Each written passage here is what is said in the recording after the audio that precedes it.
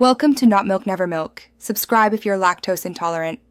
In this video, I will explain how to pass the Financial Reporting CPA exam. First, understand the exam structure and content areas thoroughly. This includes knowing the weighting of different topics, like financial statements and governmental accounting. Next, select comprehensive study materials that cover all the necessary information.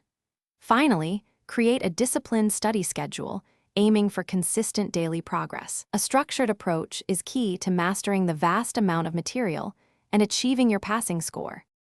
The Financial Reporting CPA exam tests your knowledge across several critical areas, including international financial reporting standards, generally accepted accounting principles, and governmental accounting. It is crucial to consult the ACPA blueprint, which provides a detailed breakdown of all tested topics and their cognitive levels. Investing in a high-quality CPA review course offers a structured learning path.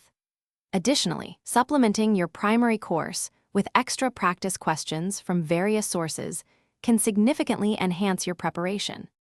Effective study involves more than just reading. It requires active engagement.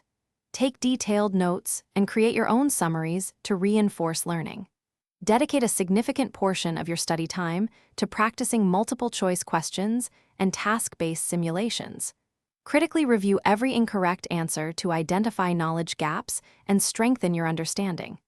Make sure to allocate extra time for complex areas, such as business combinations and consolidations, ensuring you grasp these challenging concepts fully. As your exam day approaches, conduct a comprehensive final review of all key concepts and formulas. Take several full-length practice tests under simulated exam conditions to build endurance and refine your pacing. Prioritize getting adequate sleep and maintaining good nutrition in the days leading up to the exam. On exam day, manage your time wisely across the 4-hour duration, ensuring you allocate sufficient time for each testlet and simulation to maximize your score. Thanks for watching. If this was helpful, leave a like and consider subscribing. See you next time.